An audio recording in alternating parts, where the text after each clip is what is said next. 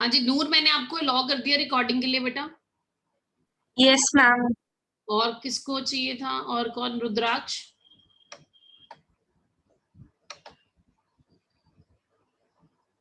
रुद्राक्ष ने ज्वाइन नहीं किया अभी? और कोई बेटा जिसको कोई और कर लो, 2 बच्चे। आकांक्ष आपको दे दूं?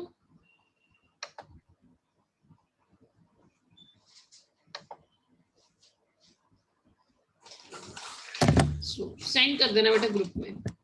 हाँ जी, कोई क्वेश्चन पूछ रहा था जब मीटिंग डिस्कनेक्ट हो गई है, एनर्जी को लेकर कोई क्वेश्चन पूछ रहा था? मैम बात पूछ रही थी, मैंने मैसेज नहीं किया। इलेक्ट्रॉन्स की एनर्जी, इलेक्ट्रॉन्स की एनर्जी कौन सी? अल्बाश में समझी नहीं है। इलेक्ट्रॉन्स की जो बेटा इलेक्ट्रॉन्स हैं, ओवरऑल मॉलिक्यूल की एनर्जी देखते हैं हम। बिकॉज आप कोई भी methane molecule, ammonia, water molecule लेते हैं तो आप देख रहे हैं जैसे मिथेन में सारे जो बॉन्ड पेयर ऑफ इलेक्ट्रॉन्स हैं, अमोनिया में बॉन्ड पेयर और लोन पेयर ऑफ इलेक्ट्रॉन्स हैं, वाटर में बॉन्ड पेयर, लोन पेयर सब कुछ है। तो इन इलेक्ट्रॉन्स के बीच में जो रिपल्शंस होती है, ओवरऑल सिस्टम की, पूरे मॉलिक्यूल की एनर्जी कंसिडरेशन लेते हैं। इलेक्ट्रॉन की अकेले सिंगल इलेक्ट्रॉन की एनर्जी नहीं लेते हैं। और जो बात है कि इलेक्ट्रॉन्स जो हैं हमारे, वो lone pair of electrons, they don't contribute to the shape. ठीक है अल्बाश? हाँ जी अल्बाश, क्लियर है? यस मैम, वो आइसोलेटेड, मैम मैंने मैसेज नहीं लिखा। हाँ नहीं, आइसोलेट नहीं यूज कर सकते हैं हाइब्रिडाइजेशन को, नहीं अल्बाश, ये सिर्फ at the time of bond formation होता है हाइब्रिडाइजेशन का कॉन्सेप्ट। मैम ये तो इसका एग्जैक्शन हुआ। हाँ जी, मैम ये तो फिर इसका एग्जैक्शन हुआ ना। हाँ बिल्कुल बिल्कुल बिल्कुल। मैम मतलब ये भी पुख्ता नहीं है ना? हाँ नहीं नहीं नहीं बेटा, सबसे जो इम्पोर्टेंट है ना, वो हमारी है एमओटी। एमओटी सबसे रिलायबल है। ठीक है, अब यहाँ पर मैंने आपसे बेटा ये जेडी ली बुक शेयर करी है। ठीक है, ये सारी जेडी, ये जैसे हमने पहले लुइस डॉट स्ट्रक्चर और ऑक्टेट रूल, ये सारा सिडविक पॉवेल, और यहाँ पर एंगल्स, ये देखो मॉलिक्यूलर शेप्स उन्होंने जो प्रेडिक्ट करी थी। अब ये आप लोगों ने पढ़ लिया सारा कि अगर sp हाइब्रिडाइजेशन हो, कितना होता है? 2 sp हाइब्रिड ऑर्बिटल स्पेस में मैक्सिमम स्टेबिलिटी के लिए कितने एंगल पे अरेंज होते हैं, बताओ तुम लोग। हाँ जी, 180 degree. 180 degree, yes right. So यहाँ पर देखिए एक बार ये लाइनें पढ़े आपको। वैलेंस बॉन्ड थ्योरी में what is the essence of hybridization? Actually interconnected है तीनों theories, VBT, hybridization and VSEPR. 3 theories मैंने आपको बताई थी ना, ये तीनों की तीनों बेटा इंटरकनेक्टेड है। एक वीबीटी वैलेंस बॉन्ड थ्योरी, फिर एक हाइब्रिडाइजेशन। जो हम एग्जैक्ट मॉलिक्यूल की शेप बताते हैं ना, इन तीनों को मिक्स करके बताते हैं, हाइब्रिडाइजेशन और एक VSEPR, valence shell electron pair repulsion theory. ठीक है, तो वो कहते हैं initially it was considered that the unpaired electrons in the valence shell of an atom and only the pure atomic orbitals are involved in the bond formation, except when coordinate covalent bonds are formed. This can explain the formation of like molecules H2, HX, water, ammonia. However, the formation of BeH2, BH3 and methane cannot be explained. ठीक है, तो ये सारा जो मैंने उस दिन last lecture में आपको सारा बताया था कि किस तरह से हाइब्रिडाइजेशन थ्योरी आई, वीबीटी की लिमिटेशन थी। जैसे फॉर एग्जांपल तुम बेरिलियम की बात करो, बेरिलियम का एटॉमिक नंबर 4, 1s2 2s2। ठीक है, तो क्या अकॉर्डिंग टू वीबीटी क्या बेरिलियम को कोई बॉन्ड बनाना चाहिए? हाँ जी, क्या कहते हो? क्योंकि आपने क्या पढ़ा है वीबीटी में आपने क्या पढ़ा है? वीबीटी का one of the most important point क्या था? ओनली हाफ फिल्ड ऑर्बिटल्स ना, only half filled orbitals in the valence shell take part in bonding. हाँ जी, मैम ये भी तो एक्साइट होके 2p में जा सकता है, बॉन्ड बना सकता है। एक मिनट ना, ओहो उसी पे तो आ रही हूँ, एक मिनट रुक ना, पहले वीबीटी मैं आपको इंटरकनेक्शन बता रही हूँ थ्योरीज का कि why there is a need of hybridisation ना। वीबीटी जो बात कर रही थी, वीबीटी का क्या लिमिटेशन आया जो हाइब्रिडाइजेशन की तरफ बढ़े हम, ठीक है ना। तो वीबीटी थ्योरी कहती थी वही ऑर्बिटल्स वैलेंस शेल के बॉन्ड बनाते हैं जो हाफ फिल्ड होते हैं, है ना। तो इस हिसाब से बेरिलियम को तो बॉन्ड ही नहीं बनाना चाहिए, कोई बॉन्ड नहीं बनाना चाहिए, और बोरन को क्या करना चाहिए 1s2 2s2 2p1। तो बोरन को कितने बॉन्ड बनाने चाहिए बेटा अकॉर्डिंग टू वीबीटी 1, ठीक है।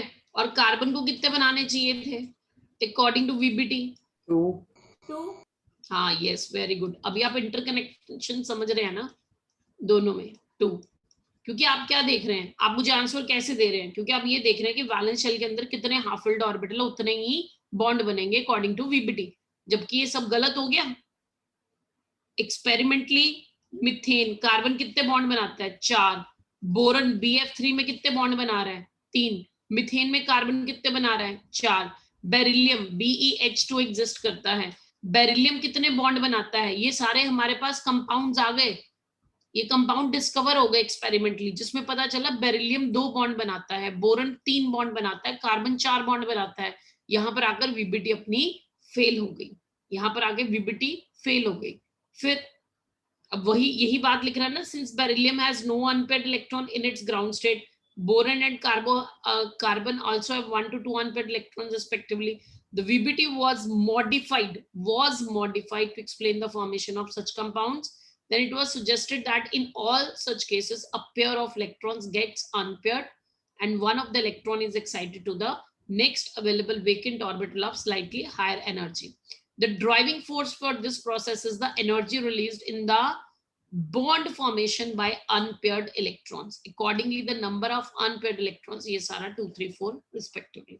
समझ गए ये सारी बात, ये इन्होंने करके दिखाया वही सारी की सारी। फीचर्स ऑफ हाइब्रिड ऑर्बिटल मैंने आपको सारे बता दिए। अभी तुम लोगों ने अब ध्यान से सुनो, ये है सामने इंपॉर्टेंट बात तुम्हारे। अभी अब तक तुम्हें sp sp2 sp3 की क्लैरिटी है। अब हम अगली हाइब्रिडाइजेशन पे जाएंगे, दैट इज sp3d। देखो p सबशेल में 3 ऑर्बिटल होते हैं, ठीक है। अब इससे आगे भी तो बढ़ना है ना, आगे कौन सा ऑर्बिटल शुरू हो जाएगा d में कितने होते हैं 5। अगर मैं कहती हूँ मेरे पास सेंट्रल एटम की जो हाइब्रिडाइजेशन है sp3d है, तो इसका मतलब क्या है sp3d का मतलब कितने हाइब्रिड ऑर्बिटल्स भाई टोटल 5 5 हाइब्रिड ऑर्बिटल्स का मतलब क्या है, 5 हाइब्रिड ऑर्बिटल्स तभी बनेंगे ना अगर सेंट्रल एटम के 5 एटॉमिक ऑर्बिटल्स की मिक्सिंग हुई होगी, ठीक है। और 5 हाइब्रिड ऑर्बिटल स्पेस में अराउंड द सेंट्रल एटम कैसा अरेंजमेंट लेंगे, ये सारी चीजें अब आप यहाँ पर देखिए, ये बड़ी इंपॉर्टेंट चीजें। वो कहता है जो नंबर ऑफ, हाँ जी बेटा, है कि वीबीटी ने नहीं कहा था ये कि भाई जो इलेक्ट्रॉन होता है वो एक्साइट हो जाता है। नो कहाँ क्या बात कर रहा, हम हाइब्रिडाइजेशन में शुरू करिए अपनी बात। लास्ट क्लास में मैंने हाइब्रिडाइजेशन शुरू करी थी, वीबीटी ने थोड़ी कहा था। वीबीटी ने तो सिंपल ये बोला था जितने हाफ फिल्ड ऑर्बिटल्स होते हैं उतने ही बॉन्ड बनते हैं। वीबीटी ने तो बेटा ये कहा था। ओके मैम, और मैम एक और डाउट है कि जैसे एक्साइट हो जाता है जब इलेक्ट्रॉन, तो मैम उसके लिए भी हाइब्रिडाइजेशन क्यों जरूरी हुई? हाँ बिकॉज वीबीटी एक्सप्लेन नहीं कर रही है ना, ये देख मैं क्या बता रही हूँ तुम्हें, यही तो समझा रही हूँ इंटरकनेक्शन। हम वीबीटी से हाइब्रिडाइजेशन पे क्यों गए, why there is the need of hybridisation ना। वीबीटी के हिसाब से तो कार्बन को 2 बॉन्ड बनाने चाहिए थे ना, पर मुझे एक्सपेरिमेंटली साइंटिस्ट को ऐसा कार्बन का कोई कंपाउंड मिला ही नहीं जिसमें कार्बन 2 बॉन्ड बनाता हो। उन्होंने जितने भी कार्बन के कंपाउंड स्टडी किए या उस टाइम पे डिस्कवर्ड हुए, तो उस सब में कार्बन 4 बॉन्ड बनाता था, बेरिलियम 2 बनाता था, बोरन 3 बनाता था, जो वीबीटी की बात एक्सप्लेन ही नहीं कर पाई वीबीटी थ्योरी उस चीज को। ओके मैम, यही तो मैं समझाना चाह रही हूँ कि हम वीबीटी से हाइब्रिडाइजेशन पे कैसे पहुंचे, ठीक है ना। हमने लास्ट टाइम में हाइब्रिडाइजेशन स्टार्ट करी थी, पहले हमने वीबीटी करी थी, वीबीटी के बाद हमने हाइब्रिडाइजेशन पे पहुंचे। अब दोनों थ्योरीज का इंटरकनेक्शन है, ठीक है। ये नहीं है कि वीबीटी गलत थी, वीबीटी ने भी कुछ मॉलिक्यूल्स की फॉर्मेशन एक्सप्लेन किया, जैसे वाटर भी एक्सप्लेन हो रहा है ना, यस मैम। उसमें कोई एक्साइटेशन करने की जरूरत नहीं पड़ी। तो वीबीटी लिमिटेड कंपाउंड्स की फॉर्मेशन को एक्सप्लेन करती थी, लिमिटेड कंपाउंड्स की, वो सारे को एक्सप्लेन नहीं करती थी। जैसे ये लाइन पढ़ना, उन्होंने क्या बोला है, तुम स्क्रीनशॉट ले लो इसका ना, this can explain the formation of.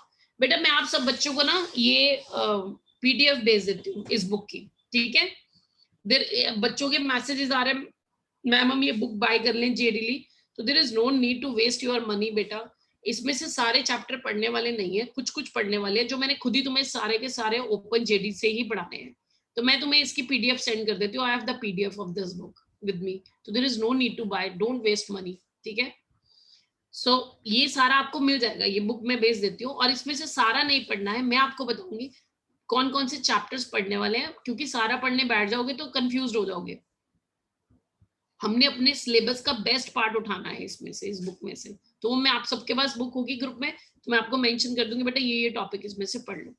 Specially the most important topic जो है केमिकल बॉन्डिंग वाला पढ़ने वाला है इस बुक में से, ठीक है। शीट के क्वेश्चन तभी सॉर्ट आउट होंगे और डाउट्स मिनिमाइज्ड हो जाएंगे हमारे। तुम मेरे से कम डाउट्स पूछोगे, क्योंकि मैं सब कुछ जेडी से पढ़ा के सब्जेक्ट यहीं पे कवर कर दूंगी, तो डाउट्स उधर मिनिमाइज्ड हो जाएंगे।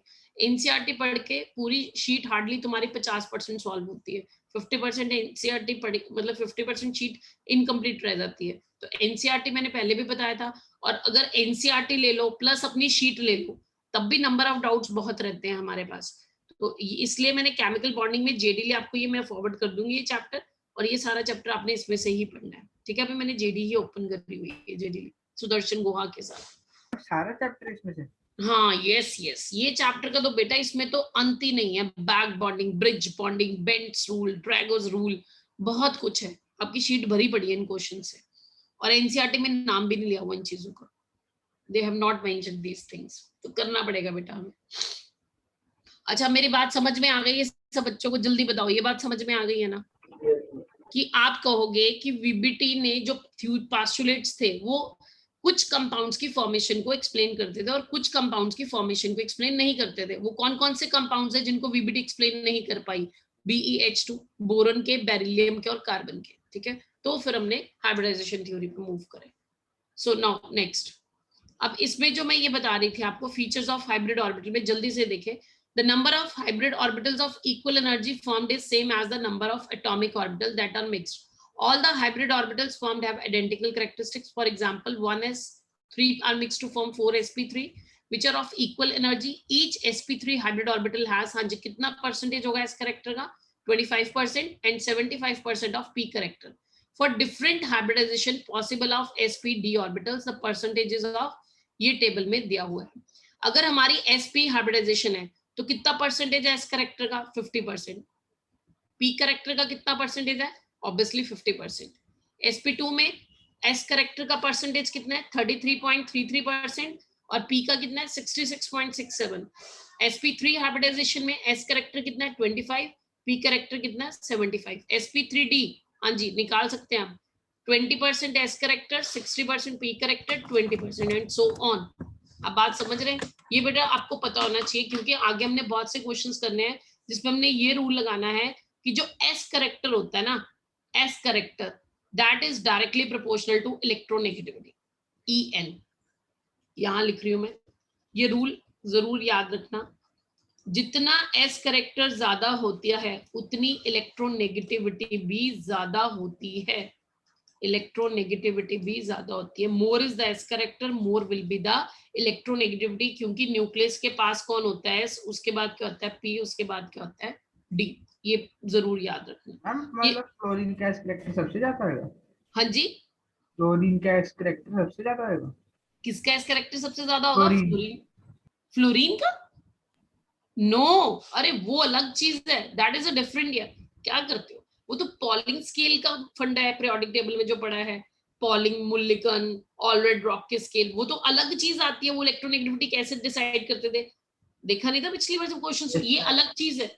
ये तो मेरे से पूछा जाएगा कि अब इसमें एक क्वेश्चन देखो, फिर जो तुम ये बात कर रहे हो उसमें ये पेपर में ये क्वेश्चन आता है, बताओ इनमें से किसमें एस करेक्टर ज्यादा है? ये देखो इस तरह का क्वेश्चन आता है, अब बताओ जरा। तो यहां पर पूछा जाता है किस carbon is most electronegative, single bonded carbon, double bonded carbon या ट्रिपल बॉन्डेड कार्बन? आंसर क्या होगा तुम्हारा?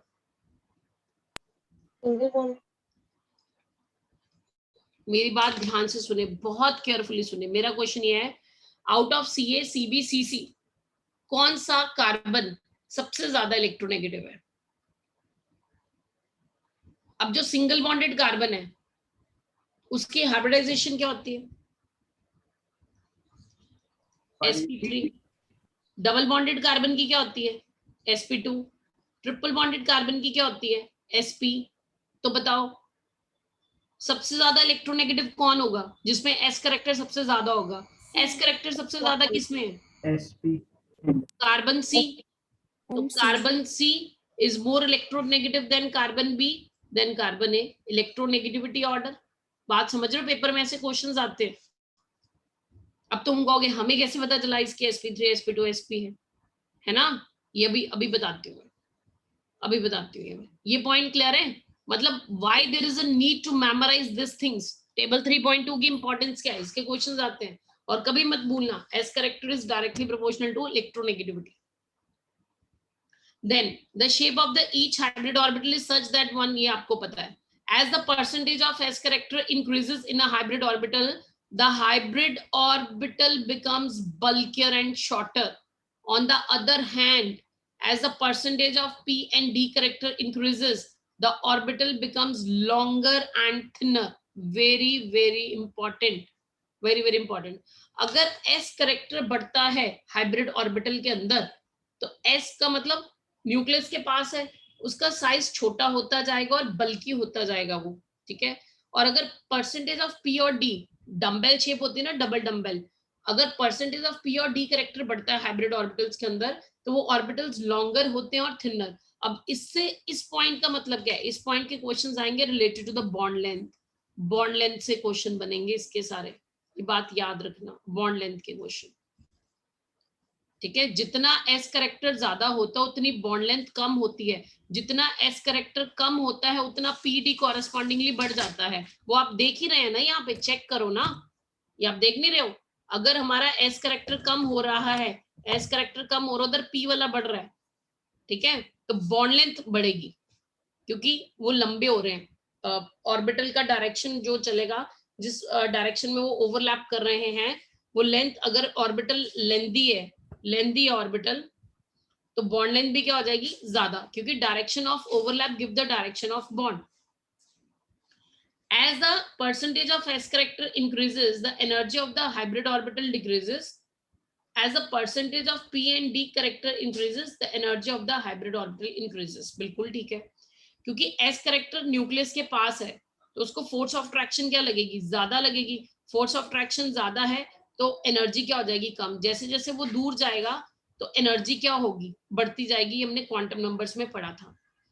The sp-d orbitals involved in different types of hybridization are as follows. Is it clear?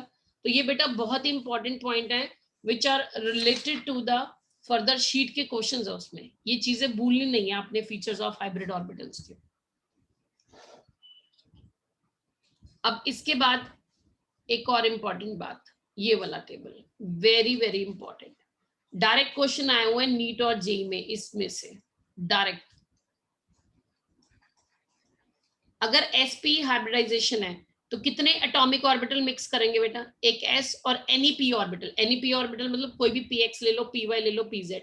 sp2 में एक s और 2 p orbital, sp3 में एक s और 3 p, sp3d में एक s 3 p। अब d की जब बात आती है, यस, d सबशेल में कितने ऑर्बिटल होते हैं बताओ मुझे? 5। d सबशेल में कितने ऑर्बिटल्स अपने पास? 5 ऑर्बिटल्स है। उनके नेम हमने पढ़े हुए हैं सारे? Yes ma'am. पेपर में ये क्वेश्चन आ चुका है, कितनी बार आ चुका है। वो पूछते हैं भाई sp3d हाइब्रिडाइजेशन में कौन सा d ऑर्बिटल है जो कि मिक्स होता है?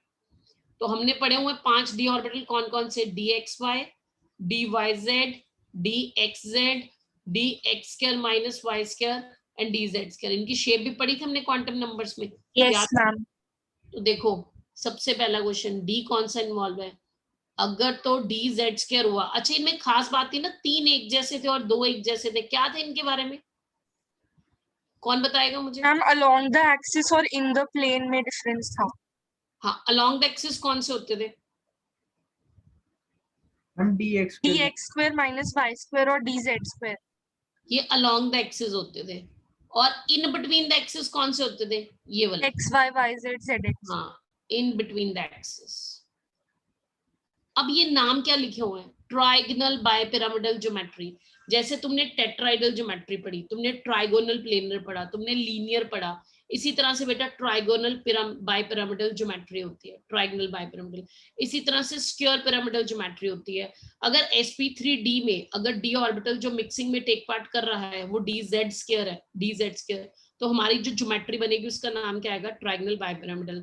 अगर वो dx square minus Y square वाला हुआ तो फिर उसका नाम क्या आ जाएगा? Square pyramidal geometry. अगर dsp2 हाइब्रिडाइजेशन होती है, dsp2 भी होती है हाइब्रिडाइजेशन, उसमें अगर dx स्क्वायर वाई स्क्वायर है, अगर sp3d2 है तो उसमें कौन से 2 d ऑर्बिटल्स होंगे? उसमें कौन से 2 d ऑर्बिटल्स होंगे जो अलोंग द एक्सिस है?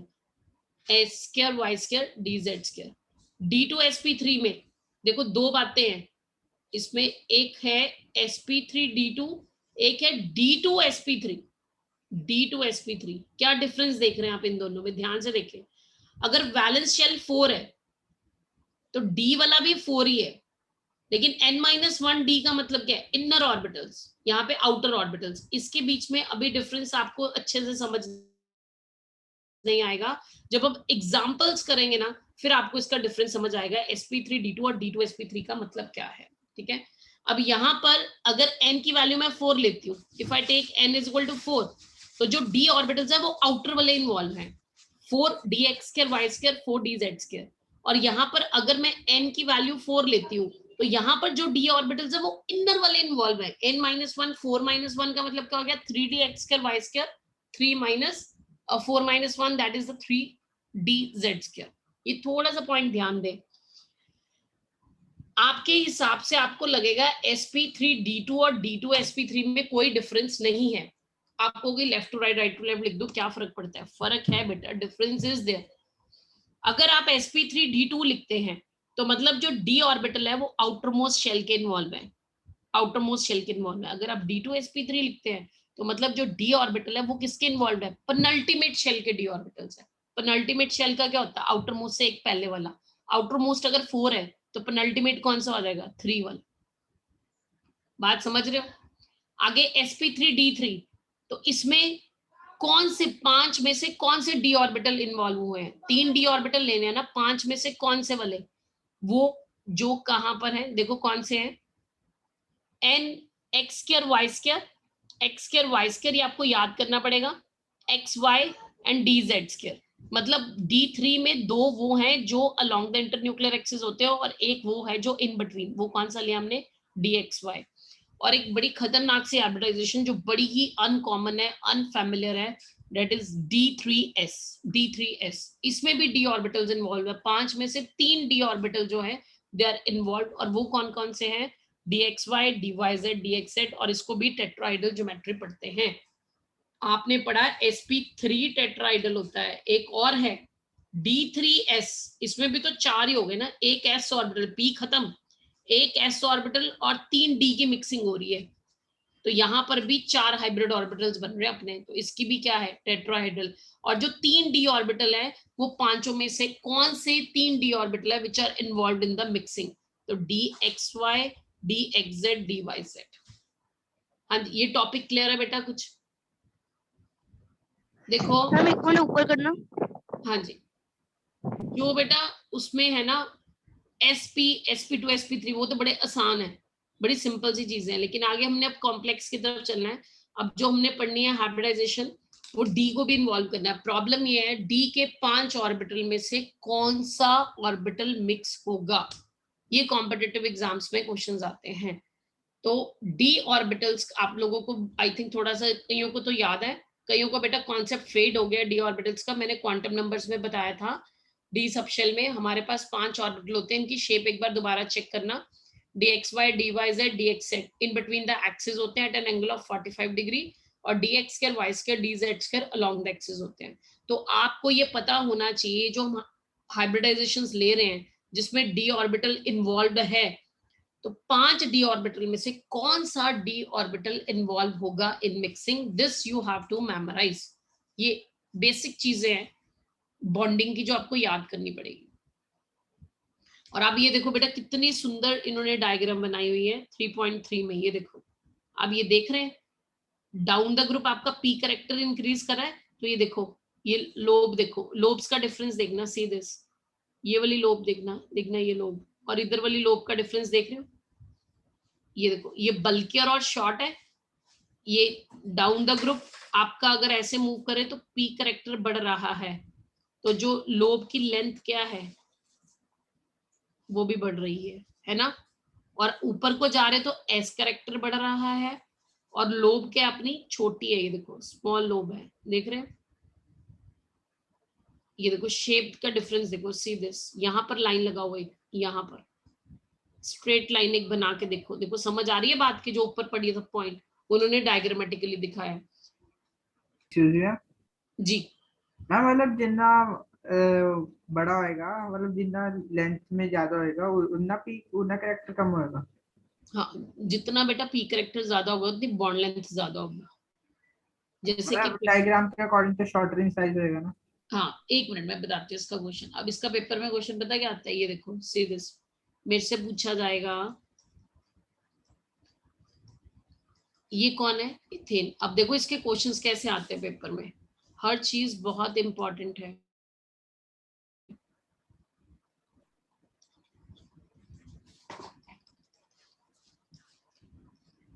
अब इस कार्बन हाइड्रोजन बॉन्ड लेंथ को ले लिया जाता है x, इसको ले लिया जाता है y, इसको ले लिया जाता है z। अब मुझे कहते हैं बताओ order of x y z, what is the order of x y z। x y z represent किसको कर रहा है, bond length of carbon hydrogen. क्या आंसर बताओगे तुम मुझे?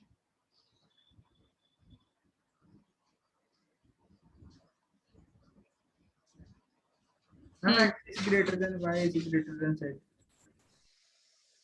Z is greater than Y. एक मिनट आप कह रहे हो x की बॉन्ड लेंथ सबसे ज्यादा होगी, Yes. उसके बाद y, उसके बाद z, is it right? No, ma'am. क्या बात कर रहे हो? अरे तुम्हारे सामने पेपर खुला हुआ है, क्वेश्चन पेपर, तुम्हारे सामने आंसर्स लिखा हुआ है और तुम फिर गलत आंसर बता रहे हो। रिलेट करो ना भाई, रिलेट करो।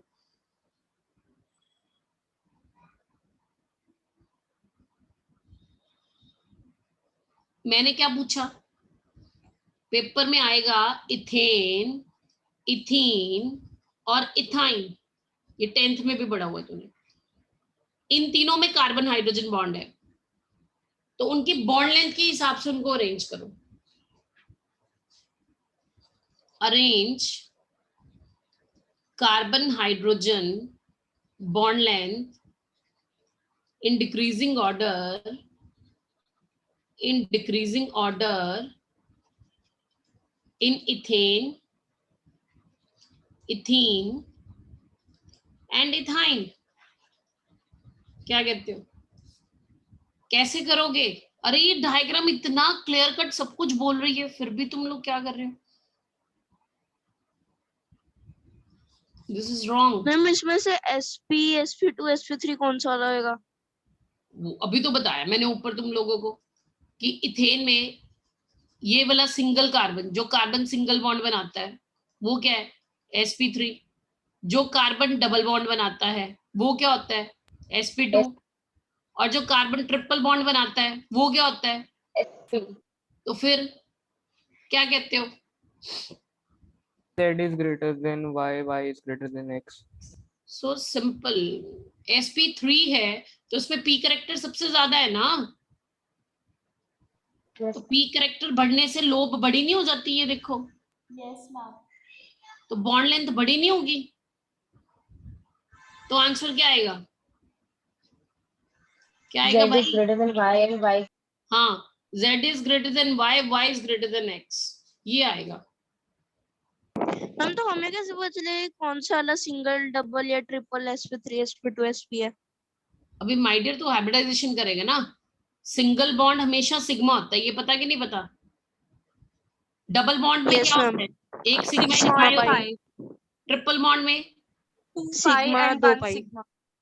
और एक बड़ा से पेज में ना 2-3 लाइनों में बड़ी बड़ी लाइन लिखो, एक pi bond never takes part in hybridisation. Pi bond कभी भी हाइब्रिडाइजेशन में टेक पार्ट नहीं करता। बताओ मुझे क्यों नहीं करता, कौन बताएगा मुझे? Pi bond never takes part in hybridisation, कौन बताएगा भाई रीजन इसका? Pi bond does not take part in hybridisation.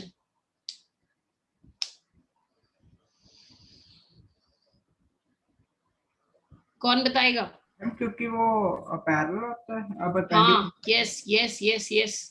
Pi bond कैसे बनता है बताना जरा, क्या सिखाया गया? मैम जो पैरेलल होते हैं दो ऑर्बिटल हाँ, जब ओवरलैपिंग कहाँ पे होती है? परपेंडिकुलर टू इंटरन्यूक्लियर एक्सिस, है ना? Pi bond is always formed by the overlapping of atomic orbitals perpendicular to INA, internuclear axis. Agree? और हाइब्रिड ऑर्बिटल कहाँ पड़ा होता है हमेशा? उसकी लोकेशन क्या है? वो तो बेटा हाइब्रिड तो हमेशा अलोंग द इंटरन्यूक्लियर एक्सिस होता है। तो क्या कभी हाइब्रिड ऑर्बिटल पाई बॉन्ड बना पाएगा?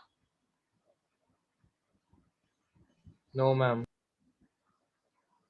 पाई जो हाइब्रिड ऑर्बिटल्स हैं, they are always present along the internuclear axis.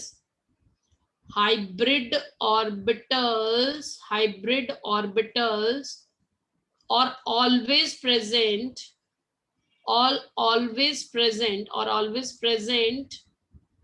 along the internuclear axis।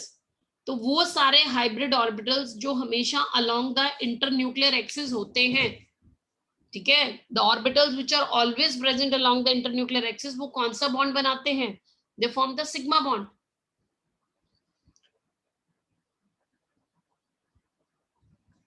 क्या कहते हो? Yes, ma'am. तो इसलिए हम कभी भी पाई बॉन्ड को हाइब्रिडाइजेशन में काउंट ही नहीं करते हैं। Pi bond never counted in the hybridisation. अब जैसे ये कार्बन है, ये देखो, ये कितने सिग्मा सिंगल बॉन्ड बना रहा है ना, सारे 4 सिग्मा 4 बॉन्ड पेयर बना रहा है। 4 बॉन्ड पेयर भाई कैसे आते हैं? जब हाइब्रिडाइजेशन क्या हो, sp3 है ना, 4 हाइब्रिड ऑर्बिटल होंगे, जितने हाइब्रिड ऑर्बिटल उतने बॉन्ड पेयर। अभी सीखा तुमने। अब यहाँ पे सिग्मा पाई के तो मैंने लेना ही नहीं है। ये कार्बन कितने सिग्मा बॉन्ड बना रहा है? 3 सिग्मा का मतलब 3 हाइब्रिड ऑर्बिटल। 3 सिग्मा का मतलब 3 हाइब्रिड ऑर्बिटल। 3 हाइब्रिड ऑर्बिटल का मतलब क्या? 3 हाइब्रिड ऑर्बिटल कैसे आते हैं? sp2 मिक्सिंग से। और यहाँ पर ट्रिपल बॉन्डेड कार्बन में पाई बॉन्ड तो मैंने लेना ही नहीं है। तो ये कार्बन कितने सिग्मा बॉन्ड बना रहा है? 2 सिग्मा बॉन्ड बनाने का मतलब क्या है? 2 सिग्मा बॉन्ड बनाने का मतलब क्या है? sp। तो यहां से पता चलता है हमें कभी भी पाई बॉन्ड को हाइब्रिडाइजेशन में काउंट नहीं करते हैं। ये अभी और डिटेल में आगे जाके आपको समझ आएगा। अब आज का बेटा होमवर्क सुनने आप लोग। होमवर्क में ये आपके सामने 2 टेबल दिख रहे हैं आपको, ये आप लोगों ने अच्छे से याद करने हैं। मैंने सुनना है। मैम इसकी पीडीएफ सेंड कर देना। हाँ, मैं पीडीएफ सेंड कर रही हूँ इसकी पीडीएफ। मैं पूरी बुक की ही पीडीएफ सेंड कर रही हूँ ग्रुप के अंदर, ठीक है? अगर हम चाहें हम इस चैप्टर के फोटो निकलवा सकते हैं प्रिंट आउट। हाँ बिल्कुल, तुम बॉन्डिंग निकाल लो, हार्ड उसके प्रिंट आउट्स निकाल लो बेटा, सबसे बढ़िया रहेगा। और ना सभी बच्चे निकाल ही लो, मैंने डेली बेसिस पे यही पढ़ाना है। बात वहीं पर आती है बेटा, अगर हम ये नहीं करेंगे ना, तो जब तुम क्वेश्चंस करोगे तो उसमें तुमने सारे डाउट छोड़ने हैं। वो डाउट को फिर क्या होगा, वो डाउट और सब्जेक्ट ना आपस में दूर दूर चले जाते हैं दोनों चीजें।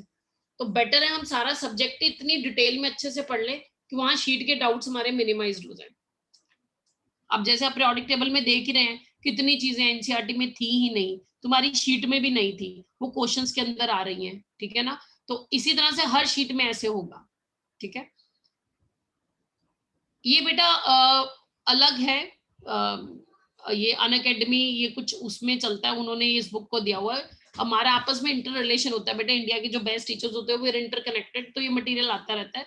तुम्हें कोई फर्क नहीं पड़ना चाहिए, तुम पढ़ने पे ध्यान दो, कहाँ से आ रहा है क्या आ रहा है। तुम्हें जब फ्री में मिल रहा है, तुम्हें क्या है सबसे बेस्ट चीज है ना, तुम्हारे फाइनेंशियली कोई पैसे लग रहे हैं ना कुछ लग रहा है, तो तुम सिर्फ पढ़ने पे ध्यान दो, ठीक है, कहाँ से कैसे आ रहा है इट डजंट मैटर। क्लियर? हाँ जी क्लियर है।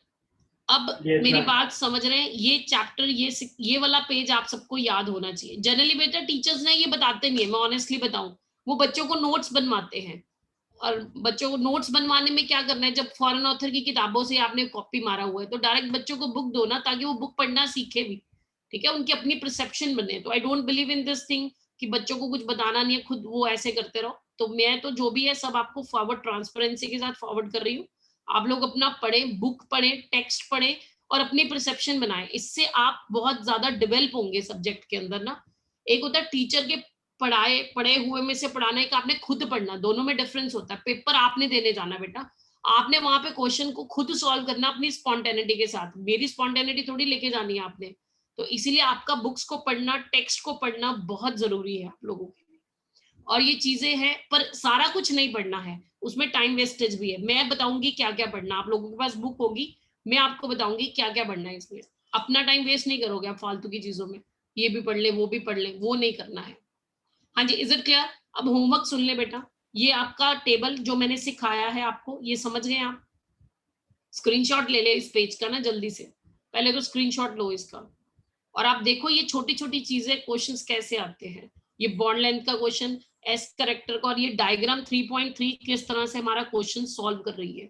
Percentage of S character, percentage of P character, और जो हाइब्रिडाइजेशंस हैं sp3d और दिस इसमें ज्योमेट्री कैसे बदली, ट्राइगोनल, बाइपिरामिडल, स्क्वायर पिरामिडल और sp3d2। ये पहले स्क्रीनशॉट लो, फिर मैंने आगे होमवर्क असाइन करना है इस बुक में से। ले लिया सब बच्चों ने screenshot? Yes, ma'am. Yes, ma'am. अब I am going to clear it all. अब होमवर्क देखिए बेटा,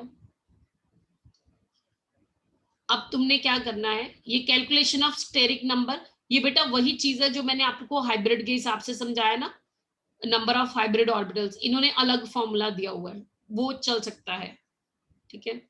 अब ये देखिए, सी दिस टेबल, ये देखिए, अब आपने क्या करना है आज घर से, sp3 तक आप कराए थे, अब आपने sp3d, sp3d2, 7, sp3d3, इन सभी हाइब्रिडाइजेशन पे काम करना है। This is your homework. sp3 अगर हो तो ये टेट्राइडल शेप दिख रही है आपको, एंगल्स बिटवीन हाइब्रिड ऑर्बिटल्स दिख रहे हैं।